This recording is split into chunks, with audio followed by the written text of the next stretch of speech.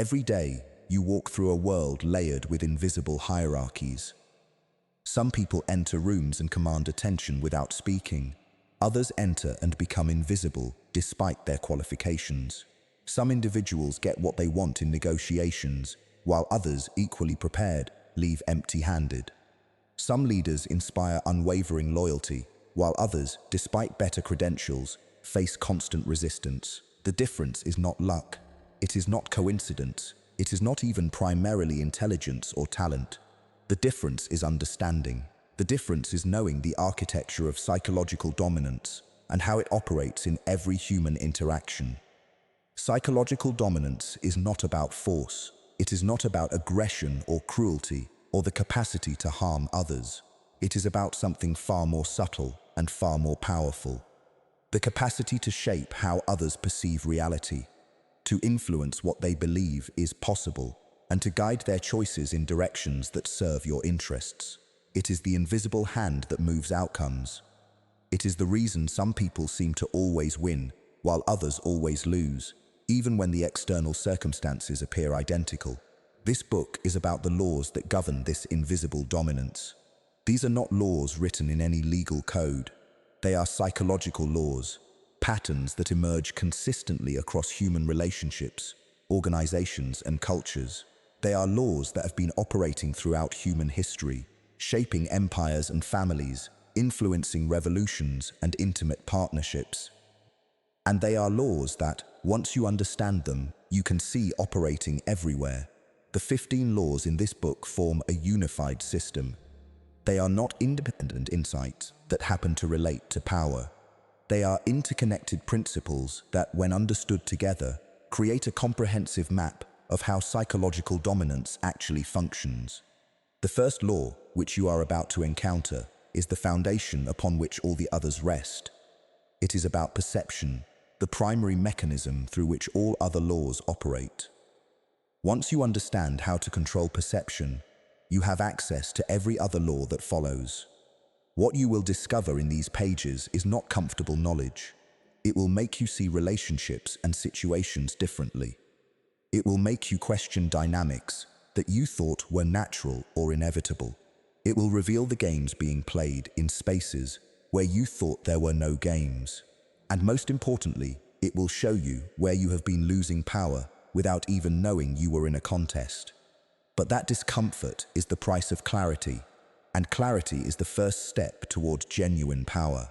As you move through these 15 laws, you will begin to see the invisible structure that determines who wins and who loses in the psychological contests that make up human life. And you will understand, perhaps for the first time with complete clarity, that these contests are not happening to you. They are happening because of you, because you are choosing, consciously or unconsciously, how to play. Let us begin with the law that makes all others possible. Law 1, the law of perceptual reality. What is real is what is believed to be real. This is the foundation of all psychological dominance. Not what actually exists, but what people believe exists. Not what you actually are, but what people believe you are. Not what actually happened, but what people believe happened. The person who controls these beliefs controls reality itself, at least the reality that matters, which is the shared reality that determines how people respond to you and treat you and what they do in relationship to you. This law operates at every level of human interaction. In courtrooms, the lawyer who better controls the narrative about what happened is more likely to win, regardless of objective truth. In business, the company that better controls what customers believe about its products is more likely to succeed, regardless of whether the beliefs match reality. In relationships, the partner who controls what the other partner believes about the relationship dynamic is the partner who has power, regardless of what is objectively true. This is not cynicism. This is simply acknowledgement of how human minds work. The human brain is not a camera that records objective reality and plays it back unchanged. It is a prediction machine. It is constantly building models of the world based on limited information, filling gaps with assumptions and filtering new information through existing beliefs.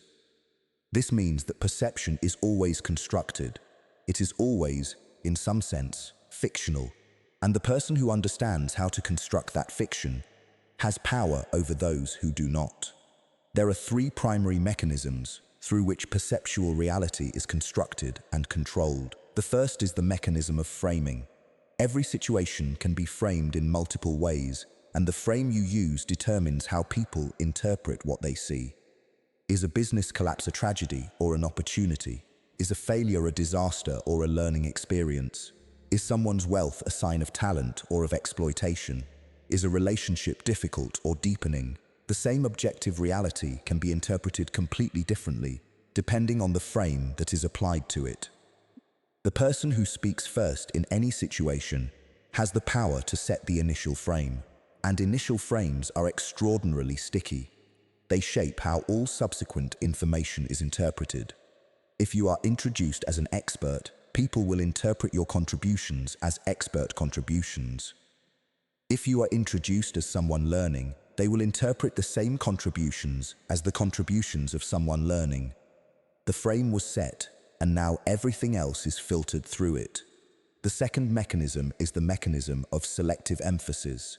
In any situation, there are countless details and elements that could be noticed and discussed. The person who controls which elements are emphasized, which are de-emphasized, and which are ignored entirely, controls what people believe about the situation.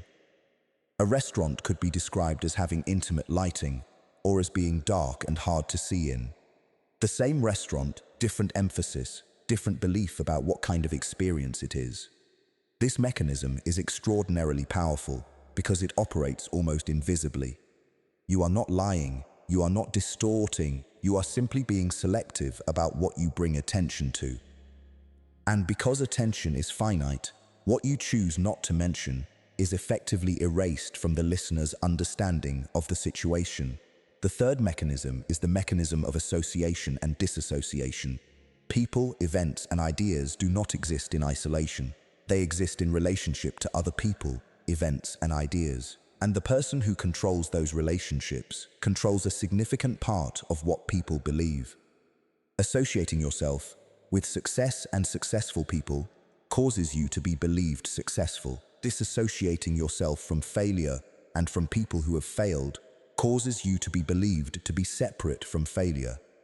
The same person can appear to be either a victim of circumstances or a leader who transcended circumstances, depending entirely on what they are associated with and what they are disassociated from. Understanding the law of perceptual reality is understanding that the game of dominance is a game of narrative. The narrative you tell about yourself, about others, about the situation you are all in together. The person who tells a more compelling, more consistent, more emotionally resonant narrative is the person who will be believed, and the person who is believed is the person who has power. This is true in politics, in business, in intimate relationships, and in every domain of human interaction. The practical application of this law is straightforward. Before any significant interaction, you should be asking yourself, what is the narrative that I want people to believe? What is the frame I want to set? What elements do I want to emphasize? And what do I want to de-emphasize? What associations do I want to create? And then, deliberately and consistently, construct that narrative. Make the frame, control the emphasis, build the associations, and watch as people begin to believe what you have constructed, not because you have deceived them, but because you have done the work of perception construction that most people never do. The person who masters this law does not need to dominate through force or even through explicit manipulation. They dominate through the simple, elegant power of controlling what people believe is real. Law 2, the law of invisible leverage points. Every person, every organization, every situation has leverage points.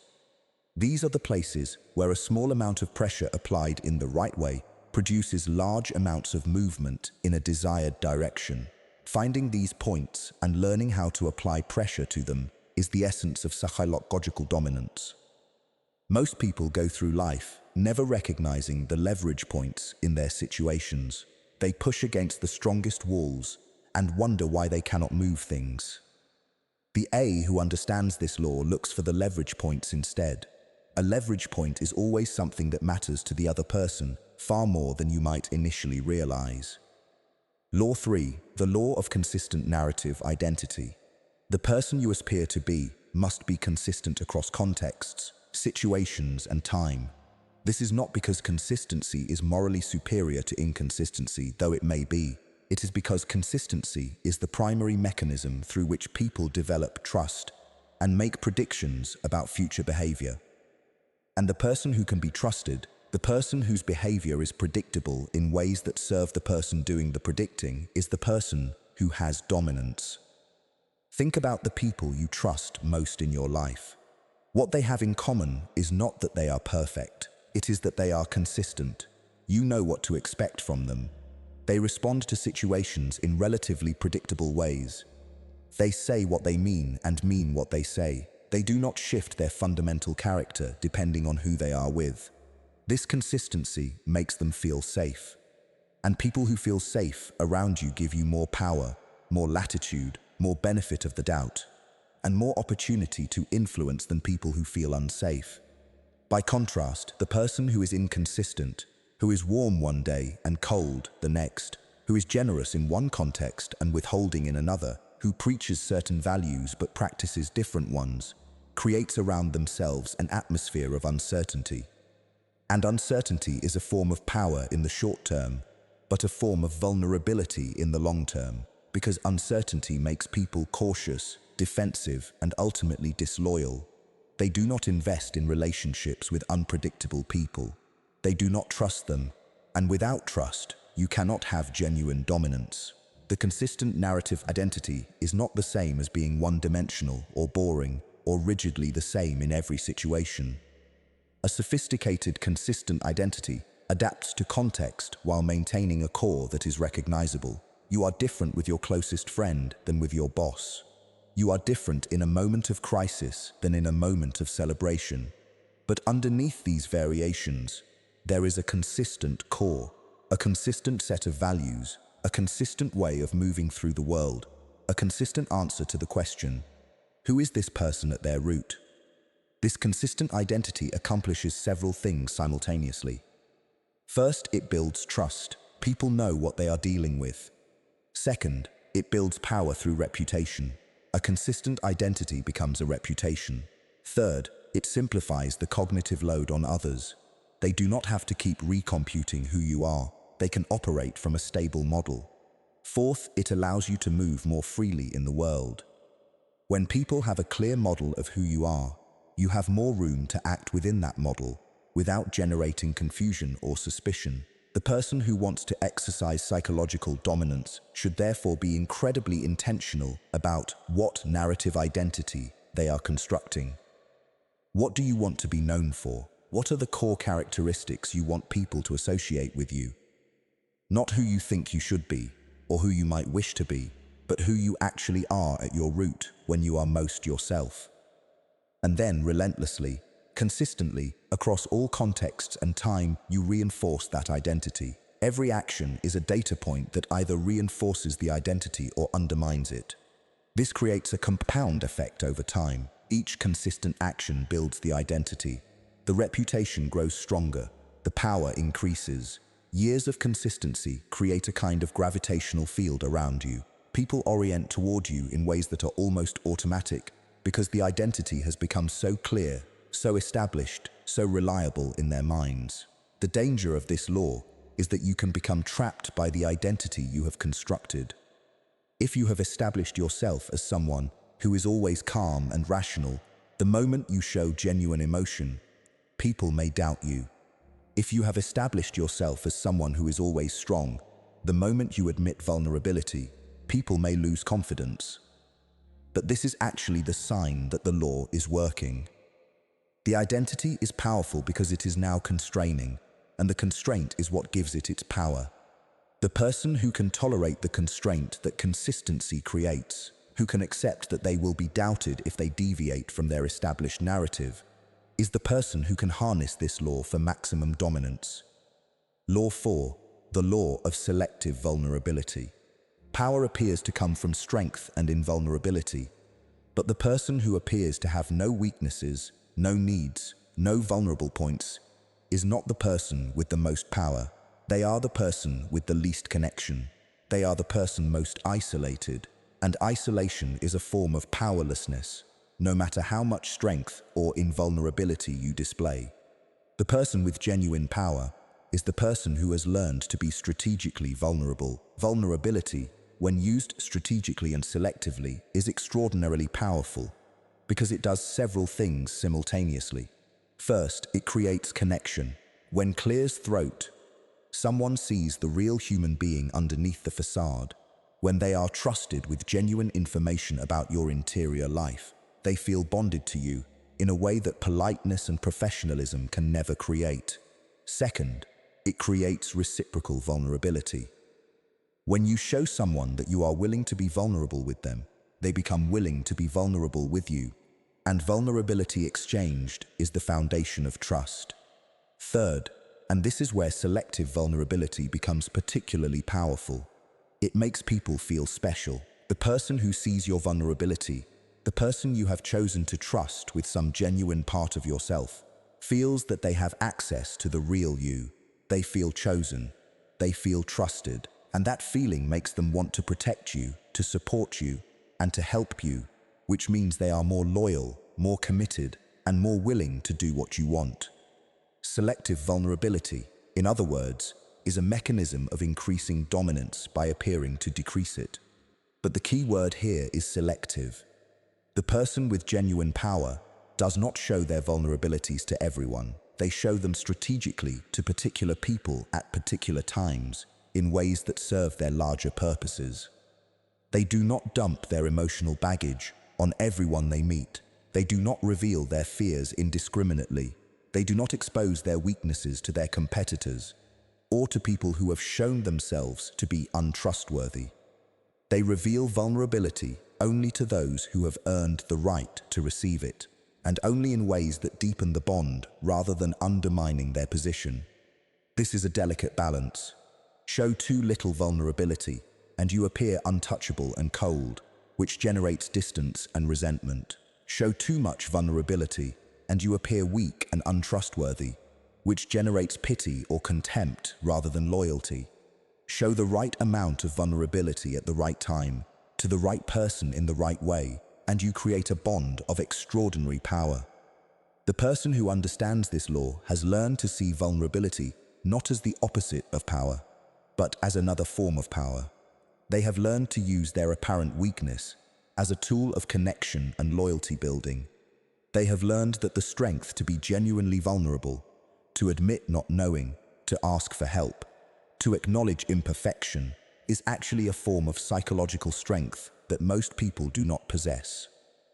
There is a freedom that comes with this understanding, the freedom to stop performing a facade of perfection and to show more of your actual self, the freedom to deepen relationships by being more real in them, the freedom to move through the world as a complete human being rather than as a carefully managed image.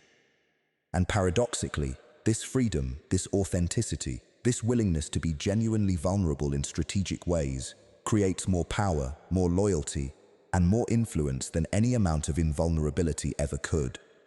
Law 5, the law of information asymmetry. The party with more information has more power. This is almost tautologically true, and yet most people spend their lives operating with less information than they could have. They do not ask questions, they do not observe carefully, they do not gather information systematically, and because they do not, they enter every negotiation, every conversation, every interaction at a disadvantage. The person who has psychologically dominated them knows more, and because they know more, they can anticipate, predict, and maneuver. Information asymmetry operates at multiple levels simultaneously.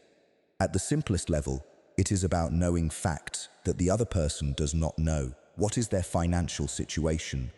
What are their other options? What do they desperately need? What are they willing to sacrifice?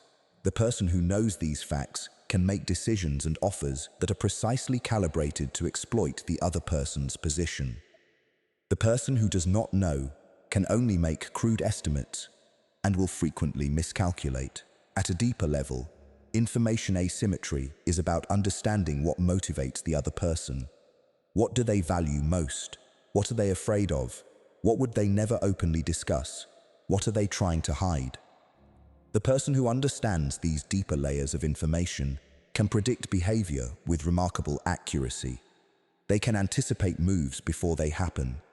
They can position themselves in ways that are uniquely advantageous. At the deepest level, information asymmetry is about understanding the other person's self-concept, their narrative about who they are and what they are capable of. How do they see themselves? What do they believe about their own power? What are the limiting beliefs they have about what is possible?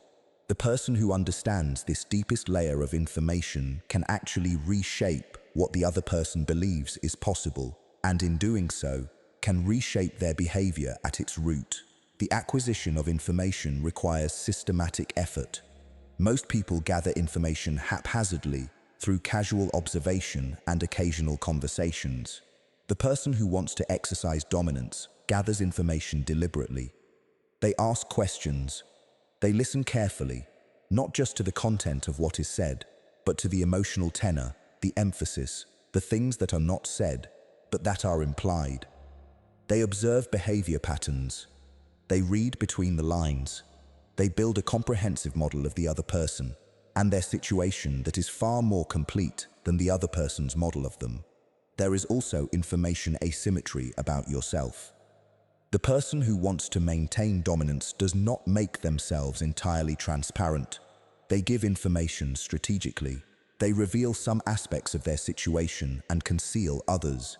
They create mystery. They let the other person construct their own models of who they are, what they want, what they are capable of. And because those models are constructed with less information, they are less accurate, which means the other person is operating at a disadvantage. This is why silence can be such a powerful tool. When you do not explain yourself, when you do not fill in the blanks about your intentions or your position, you maintain information asymmetry. The other person has to guess what you are thinking. They have to construct narratives about your behavior that may or may not be accurate. And in the space of that uncertainty, you have power. The person who masters this law becomes a student of information gathering and information withholding. They ask more questions than they answer. They listen far more than they speak. They gather facts, motivations, fears, and beliefs about everyone important to them. They create models of other people's situations that are more complete and more accurate than most people's models of their own situations. And in doing so, they position themselves to dominate in almost every interaction because they understand more than the person they are dealing with understands. Law 6. The law of the escalation of commitment. Once a person has made a public commitment to something, they become psychologically attached to that commitment in ways that far exceed the original intensity of their position. The more public the commitment, the more difficult it is to reverse without experiencing a loss of face. And the desire to avoid loss of face is a powerful driver of behavior. This is the law of escalation of commitment, and it is one of the most reliable mechanisms of dominance available. The principle works like this.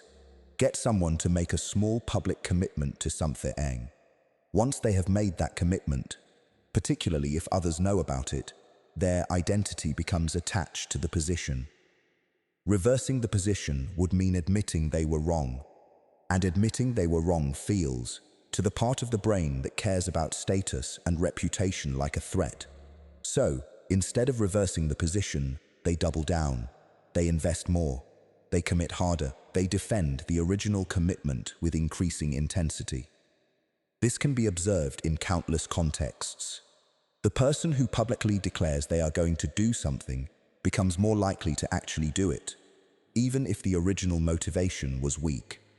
The person who publicly identifies with a group or a belief becomes more entrenched in that group or belief, even when evidence suggests they should reconsider. The person who has invested significantly in a project becomes increasingly committed to that project, even if new information suggests they should cut their losses and move on. The person who understands this law uses it deliberately. They do not ask someone directly to do something major. They ask them to make a small public statement of commitment. They ask them to tell others about the decision. They create contexts in which reversing the position would be costly to the person's sense of self and reputation. And once the commitment is public, the person's own psychology does the work. They escalate their commitment.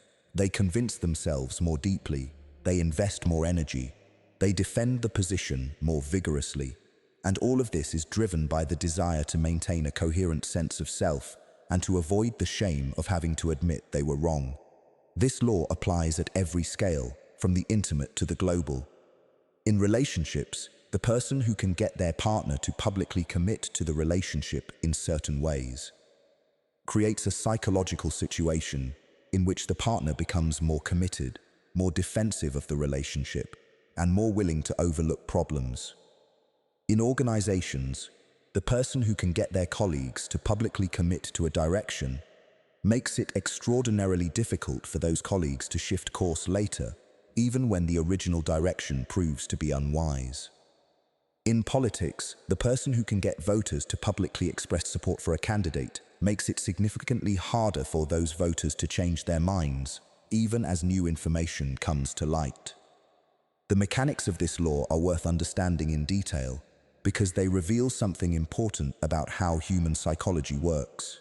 People are not actually very good at updating their positions based on new information. They are much better at defending their existing positions. This is called confirmation bias, and it is one of the most reliable patterns in human cognition. But the person who understands this law does not try to fight confirmation bias. They use it. They get people to commit publicly to a position, knowing that the person's own psychology will drive them to defend that position, update it only in ways that maintain consistency with their publicly stated commitment, and resist information that would require them to reverse course. Law 7, the law of emotional resonance. Power flows to the person who can move the emotions of others. Facts persuade the mind, emotions persuade the will, and the person who can move the will of others can move them to act in ways that serve the person's dominance. This is the law of emotional resonance, and it is perhaps the single most powerful mechanism of psychological dominance available. Every significant human decision is ultimately an emotional decision. We may construct rational justifications for our choices afterward. We may tell ourselves that we chose logically, that we weighed the facts carefully, that we arrived at our conclusion through careful reasoning. But the truth, revealed consistently by neuroscience and psychology, is that the emotional centers of the brain make the call first. Then, the rational centers of the brain construct a logical-sounding narrative to justify the call that has already been made emotionally. The person who understands this does not spend enormous energy trying to convince people with facts and logic. They spend their energy creating emotional resonance. They tell stories that move people emotionally. They frame situations in ways that trigger specific emotional responses. They create experiences that generate the feelings they want people to associate with their message. And people, moved emotionally, move in the directions the person desires, often convinced that they are making rational, logical choices. There are specific emotional resonances that are particularly powerful for dominance. The first is hope, the person who can convince people that something better is possible, that they can achieve more than they believe they can achieve, moves them powerfully. The second is fear, the person who can convince people that something they value is threatened, moves them powerfully in the direction of protecting what they fear losing. The third is belonging, the person who can make people feel like they are part of a special group, that they belong with this person and this cause, moves them powerfully. The fourth emotional resonance is status, the person who makes other people feel elevated, who makes them feel like they are more important, more capable, more valued when they are around this person, has extraordinary power. Fifth is meaning, the person who can frame what they are asking someone to do as part of something larger than themselves, something with transcendent value, can move people to do things they would not otherwise do. The person who masters emotional resonance is often naturally gifted at reading emotions in others. They can see what emotion is being triggered in a given moment. They can sense when the emotional tide is turning.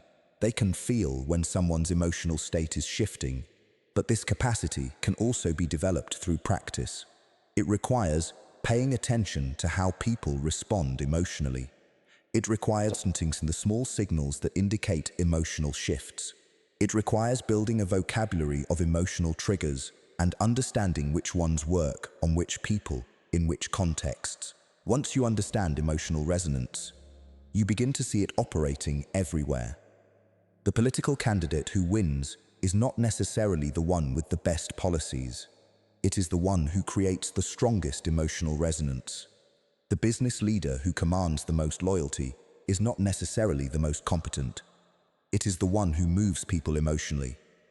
The person in a relationship who has dominance is not necessarily the one who is right most often. It is the one who can move the other person's emotions most effectively. This is not to say that emotional resonance should be the only tool in your dominance arsenal. It is to say that it is perhaps the most powerful tool, and a tool that most people never deliberately use because they do not understand it clearly. The person who does understand it, who learns to read emotions accurately and to create emotional resonance deliberately, is the person who will move others far more effectively than the person who tries to dominate through logic and fact alone. Law 8. The law of reciprocity and obligation. When someone does something for you, a psychological debt is created. You feel obligated to repay that debt. This feeling of obligation is so powerful and so universal that it transcends culture, age, and circumstance. It is wired deep into human psychology, likely because it was advantageous in the evolutionary environments in which humans developed. The person who gives first creates an obligation in the other person to give back, and the person who understands this law can use it to create dominance. The mechanism is straightforward. You do something valuable for someone. You give them something. You help them. You provide a service. You offer information. You create a positive experience. Any of these creates an obligation. The person now owes you something. And this feeling of owing is intensely uncomfortable for most people. They will work to discharge the debt. They will look for opportunities to repay you. They will feel like they have to give something back. And in that search to repay the obligation, they often end up giving you far more than what you originally gave them. This is why the person who gives first and best has so much power. They are creating an obligation that will drive the other person's behavior toward repayment. The person who waits to be given to first is giving away a major tool of dominance. Because once you have given, the other person does not feel obligated to give back. They feel like they can take without owing. The power of reciprocity is magnified by several factors. The first is surprise. If someone is expecting you to be generous or to give, your generosity creates less obligation than if they are surprised by it. If you are known to be stingy and then you give something, the obligation created is much stronger because the gift is surprising and therefore carries more weight. The second is cost. If you give something that costs you significantly, more obligation is created than if you give something that costs you nothing. The third is visibility. If others know that you gave something, more obligation is created than if the giving is secret. Because now the obligation is not just psychological, but also reputational. The person owes you not just because of internal feelings, but because others expect them to repay. There is also an inverse form of this law. When someone fails to give back after you have given to them, a sense of imbalance is created that can fuel resentment and a desire to take back. The person who has received without reciprocating is now seen as selfish or ungrateful, and this can be used strategically. If you give to someone expecting reciprocity and they fail to provide it, you have created a situation in which they feel guilty, and you have the moral high ground. You have been generous, and they have been ungrateful. This can be a form of power in itself, because it shifts the moral narrative in your favor. The person who masters this law becomes a strategic giver. They do not give randomly or generously to everyone. They give strategically to create obligations in people who are important to their goals. They give in ways that are surprising and costly enough to create real obligation. They make sure others know about the giving so that the obligation is reinforced socially. And then they let the law of reciprocity do its work. The other person, feeling obligated, becomes more willing to do what the person wants because they feel like they owe repayment. Law 9. The law of social proof and authority. People look to others for cues about how to think and what to believe. If everyone around you believes something, you are far more likely to believe it, even if the objective evidence might suggest otherwise. This is called social proof, and it is one of the most powerful forces shaping human belief and behavior. The person who controls what others perceive that others believe has enormous power. The person who can position themselves as an authority, as someone that others look to for how to think and act, has dominance. The mechanism of social proof is rooted in a reasonable assumption that people make automatically and often unconsciously. If many people believe something, that something is probably true. If many people are doing something, that something is probably worth doing. This heuristic, this mental shortcut, makes sense in a world where we cannot possibly verify everything ourselves. We need some way to filter the infinite amount of information available to us. Looking to see what others believe and do is a reasonable way to filter. But the person who understands this law does not let their beliefs be determined by social proof. They manipulate social proof deliberately. They create situations in which it appears that many people believe something when that something is false.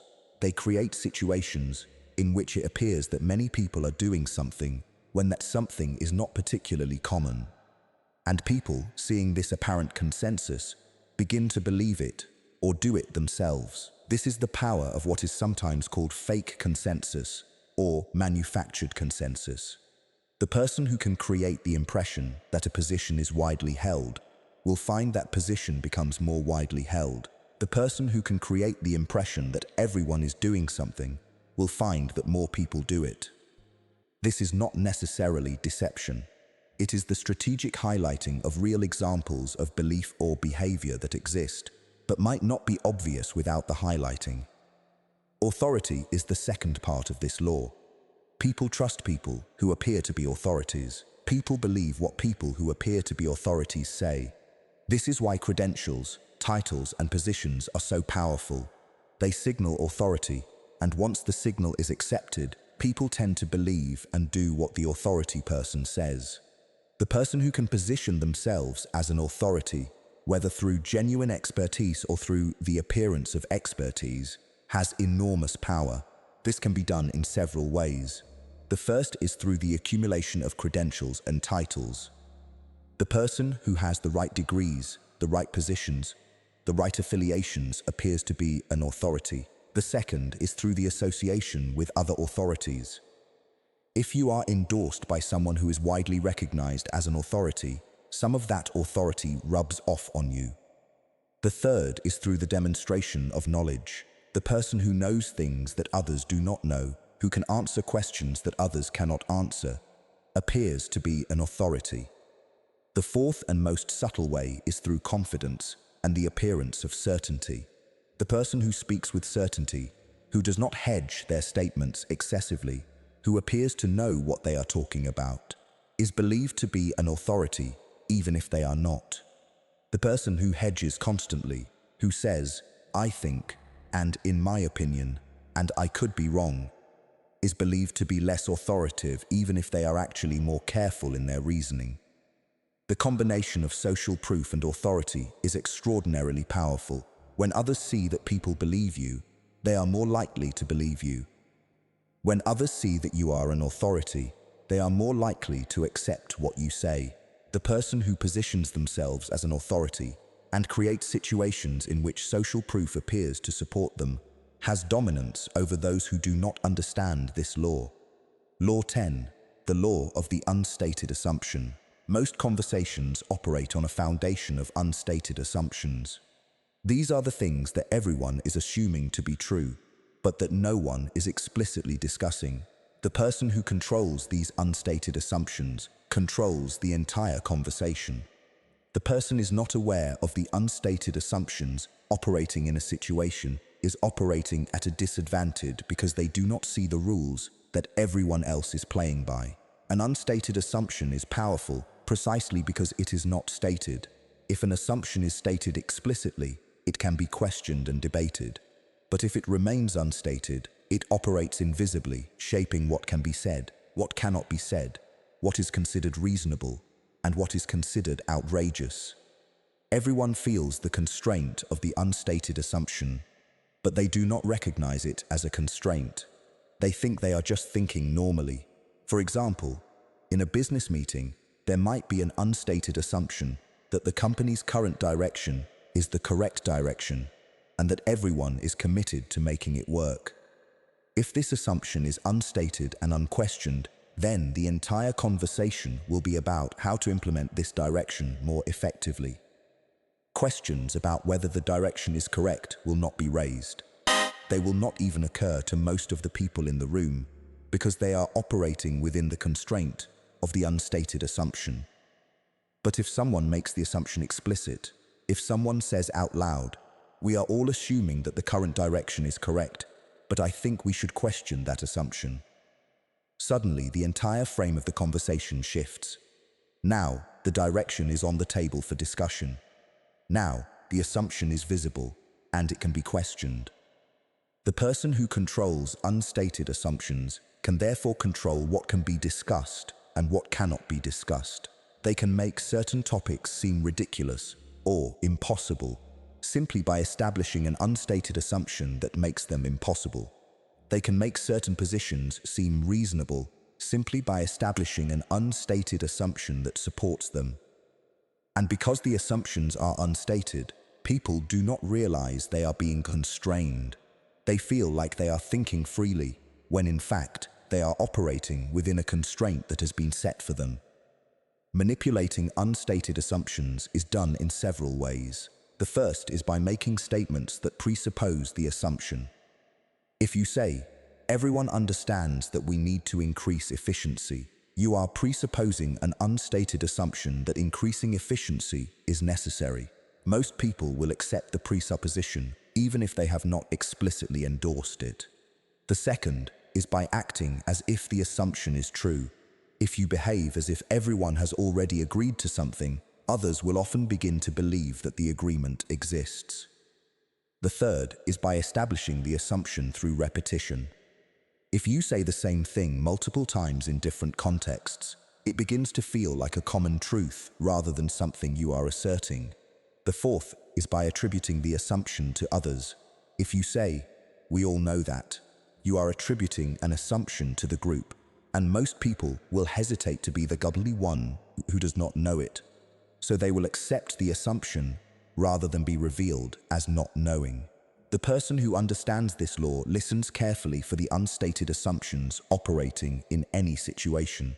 They ask themselves, "What are we all assuming to be true right now?" without explicitly discussing it. And once they identify the unstated assumptions, they can decide whether to reinforce them or challenge them based on what serves their dominance. If the unstated assumption serves them, they reinforce it. If it does not serve them, they make it explicit and question it, which destroys its power and opens up the space for new assumptions that better serve their interests. Law 11. The law of anticipatory framing. The person who frames a situation first has enormous power over how that situation will be interpreted. The frame is the context in which events are understood. Change the frame and you change the meaning of the same event. The person who frames first gets to set the context, and everyone else's understanding of what happens is filtered through that context. This law works because human beings do not passively receive information. They actively organize it. They put information into categories, frames, and structures that help them make sense of it. The frame that is provided first becomes the default organizing structure. Subsequent information is fit into this structure. If information does not fit neatly, people tend to interpret it in ways that make it fit, rather than changing the frame itself. For example, Imagine that you are about to go into a negotiation with someone. Before the meeting, you could frame it as a negotiation, which implies that both sides will try to get the most value from the other side, and that the outcome is uncertain. Or you could frame it as a collaboration, which implies that both sides are trying to achieve a common goal, and that the outcome is already aligned. If you get to frame it first as a collaboration, then when you suggest terms that favor you, the other person will interpret these terms through the frame of collaboration. They might see your terms as reasonable attempts to solve a shared problem. If you had allowed the other person to frame it as a negotiation first, the same terms would be seen as aggressive moves in a competitive contest. Anticipatory framing is framing before the actual event that you are framing for. You are preemptively establishing the context so that when the event happens, people interpret it through the frame you have provided. This gives you enormous power because people are usually not even aware that they are viewing the event through a frame. They think they are viewing it objectively. There are several powerful frames that are particularly useful for dominance. The first is the frame of opportunity. Instead of framing something as a loss or a problem, frame it as an opportunity. Instead of saying, "We are facing a difficult situation," say, "This situation presents an opportunity for innovation." The second is the frame of progress. Instead of focusing on what is left to do, focus on how much progress has been made. This makes people feel good about what they are doing and more willing to continue. The third frame is what we might call the inevitability frame. If you can frame something as inevitable, people will often accept it rather than resist it. Technology is changing the way we work. We can either embrace it or be left behind. The frame of inevitability makes resistance seem futile. The fourth frame is the urgency frame. If you frame something as urgent, requiring immediate action, people are less likely to question it and more likely to comply. The fifth frame is the in-group frame. If you frame something as something that we do, as something that defines the in-group you are establishing, people who want to belong to the in-group will adopt it. This is how people like us think about this issue. The person who masters anticipatory framing understands that in any situation where a frame has not yet been established, there is an opportunity to establish one, and the person who gets to establish the frame controls how the situation will be understood. So, they are deliberate about it. They think carefully about what frame would serve them best, and they establish that frame early and consistently. They repeat the frame, they make it stick, and by the time the event itself occurs, everyone is viewing it through the frame the person has provided. Law 12, the law of the useful enemy. The person who has no opposition is not the person with the most power. They are the person who has already won completely and no longer faces real challenges. But the person with the most power is often the person who has a useful enemy. An enemy who, through their opposition, makes the powerful person appear more powerful, more courageous, more justified in their position. This law might seem counterintuitive at first. How is an enemy useful? But consider the possibilities. An enemy validates your position. If you are being opposed, that opposition can be framed as evidence that you are challenging something worth challenging, changing something worth changing, standing for something worth standing for. An enemy focuses your followers. When everyone is united against an external enemy, internal divisions and dissatisfactions are minimized. An enemy provides a context for your actions. Everything you do can be framed as a necessary response to the threat posed by the enemy. The person who understands this law does not always try to eliminate opposition. Sometimes they cultivate it. They identify a rival or a position or an organization to position themselves against. They make their opposition to this rival or position or organization a central part of their identity. They frame their followers as unified against this common threat, and in doing so, they increase their power. Consider political history. Many successful political movements have been built partly on opposition to an identifiable enemy. The enemy might be real or manufactured, but the point is that the opposition focuses the movement and gives it purpose.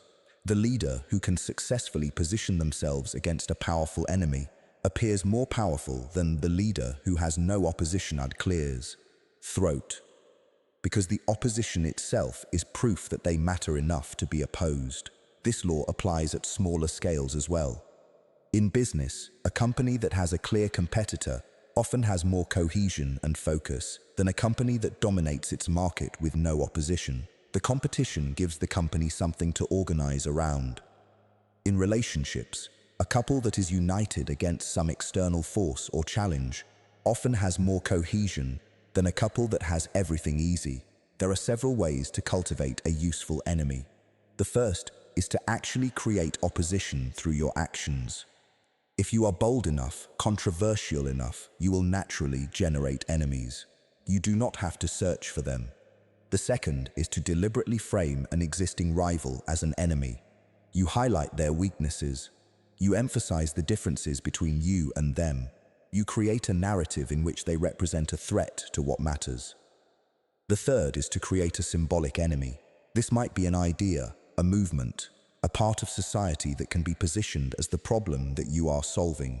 The danger of this law is that cultivating an enemy can get out of hand. The enemy can become more real and more threatening than it was at the start. The opposition can become genuine and not so easy to control, but the person who understands the law knows this and manages the risk carefully. They maintain the enemy as a useful opposition, a foil that helps them consolidate power, but they do not let the enemy become so powerful that they actually lose. Law 13, the law of invisible boundary setting. The person who sets boundaries in explicit confrontational ways often loses power. The person who sets boundaries invisibly, who makes it clear through behavior and implication where the lines are, without ever stating them explicitly, maintains power. This is the law of invisible boundary setting. Explicit boundary setting creates a form of conflict. The person being told their boundary has been violated is now conscious that someone was trying to violate it. They are now alert. They now know exactly where the boundary is, so they can calculate whether it is worth crossing. But invisible boundaries work differently. When boundaries are invisible, people do not know they are violating them until they feel the consequences. And the consequence is usually a withdrawal of the person with power, a shift in the relationship, or some form of punishment that is delivered calmly without explanation.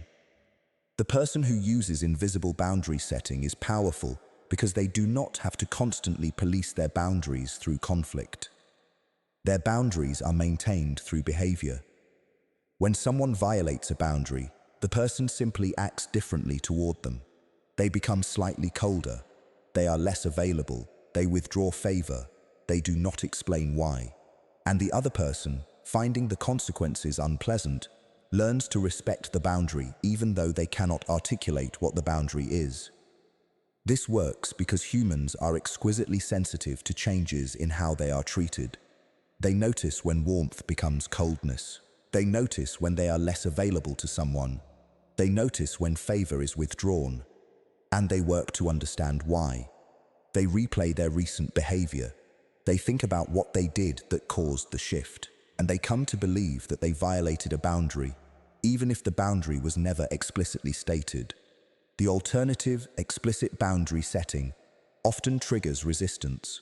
The person being told that a boundary has been crossed feels accused. They feel like they are being attacked. They become defensive.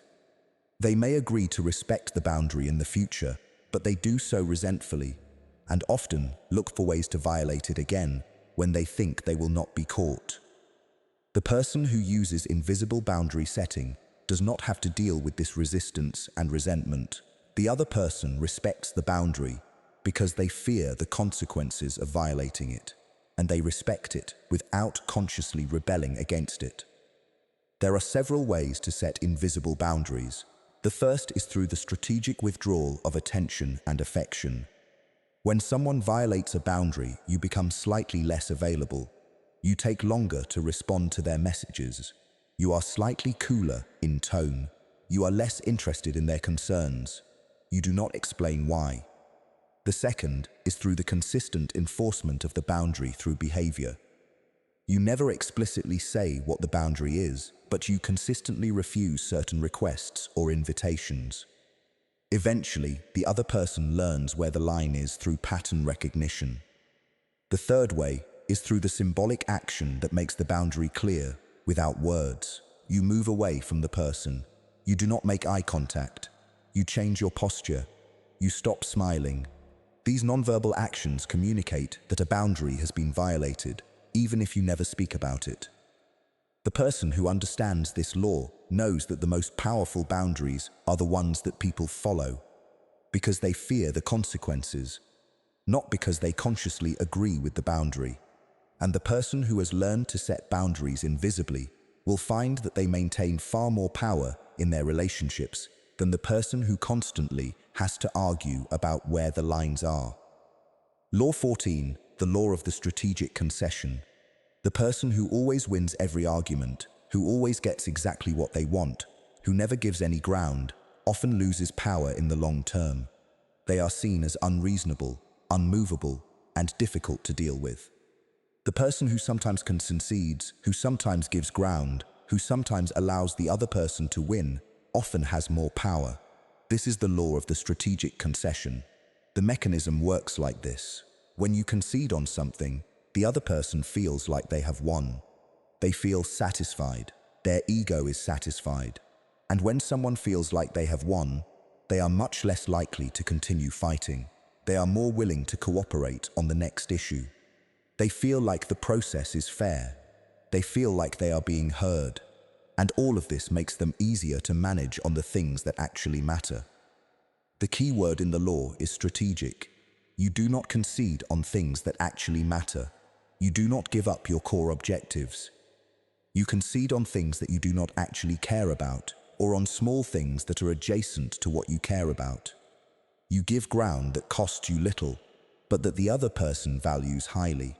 And in giving that ground, you purchase goodwill and flexibility that you can use when the real battles come. This is why skilled negotiators often seem to give more ground than the other party.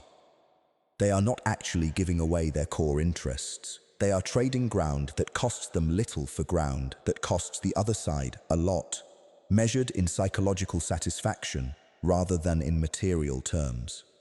They are creating a sense that the process is fair and that both sides are getting something, which makes the other side more willing to continue working with them. There is also a timing element to this law. The person who concedes early, before tension builds, is seen as generous and reasonable. The person who concedes late, only after much argument and tension, is seen as having been forced to concede.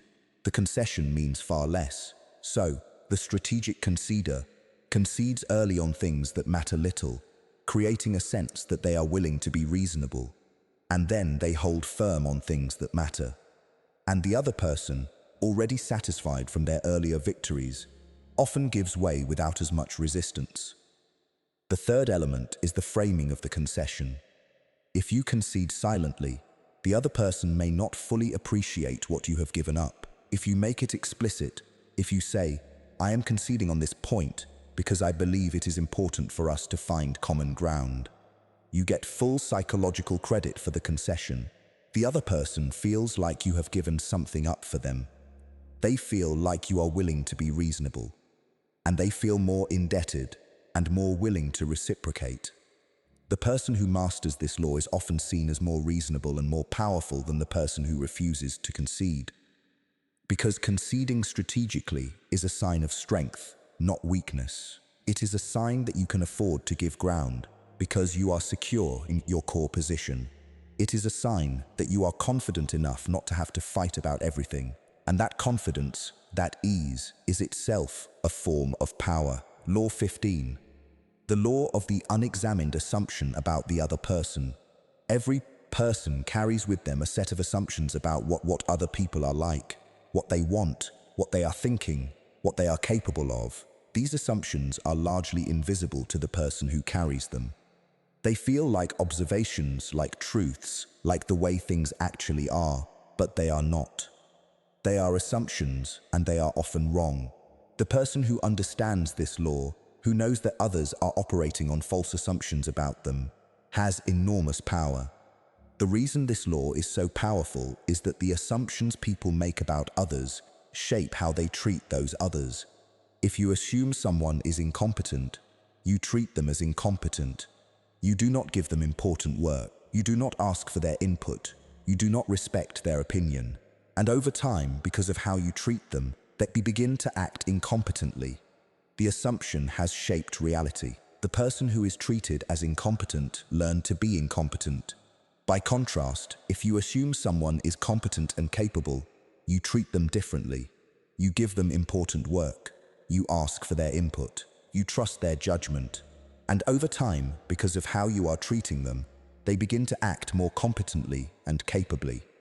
The assumption has shaped reality again, but in the opposite direction. This is the power of the self-fulfilling prophecy. What you assume about another person tends to come true because your assumptions shape how you treat them, which shapes how they behave. The person who understands this can deliberately create false assumptions in others about themselves, or false assumptions in themselves about others, in ways that serve their dominance. One way to use this law is to allow others to form false assumptions about you that serve your purposes. If people assume you are smarter than you benefit from that assumption. If people assume you are stronger than you benefit.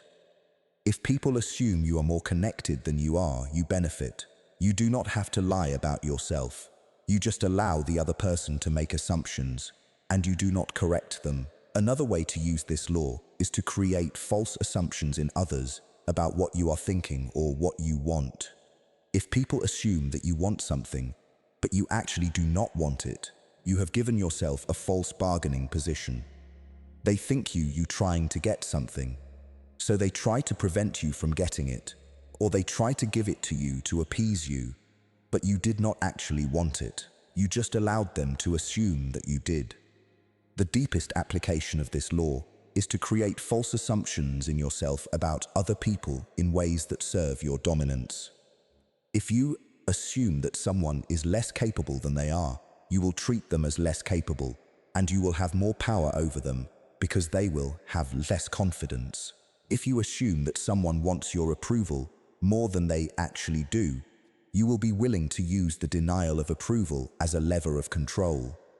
If you assume that someone is more threatened by you than they actually are, you will act more confidently around them. The person who uses this law never examines their assumptions about other people too carefully. Because once you examine them, once you challenge them, once you see that they are just assumptions and not facts, they lose their power. So, the person who wants to maintain dominance through false assumptions about others keeps those assumptions unexamined. They feel like truths. They are not questioned, and because they are not questioned, they shape behavior, which shapes reality, which seems to confirm that the assumptions were correct all along. This is the final and perhaps most subtle law of psychological dominance. It is subtle because it operates entirely invisibly. It is not something you do. It is something you assume, and the power comes not from the assumption itself, but from the fact that the assumption remains unexamined. Closing. The architecture of your own dominance. You have now walked through 15 laws of psychological dominance. Each law is a tool. Each law is a principle that, once understood, you will see operating everywhere around you, in boardrooms and living rooms, in political campaigns and personal relationships, in organizations and friendships. These laws are not new. They have been operating throughout human history, but now you can see them, and now you can choose what to do with the knowledge. The question that remains is personal. It is this: what kind of power do you want to build? Will you use these laws to dominate others, to extract value from them, to shape them against their genuine interests? Or will you use them to build genuine influence, to create relationships of real mutual benefit, to shape outcomes toward what you genuinely believe is good? These are not abstract moral questions. They are deeply practical questions that will determine what kind of life you have and what kind of person you become. The person who uses these laws for extraction and domination may accumulate surface power, but the person who uses them to build genuine influence who understands these laws but chooses to wield them ethically, builds something far more durable and far more satisfying. Either way, the choice is yours. The architecture of your dominance is in your hands now. What you build with these tools is entirely your responsibility.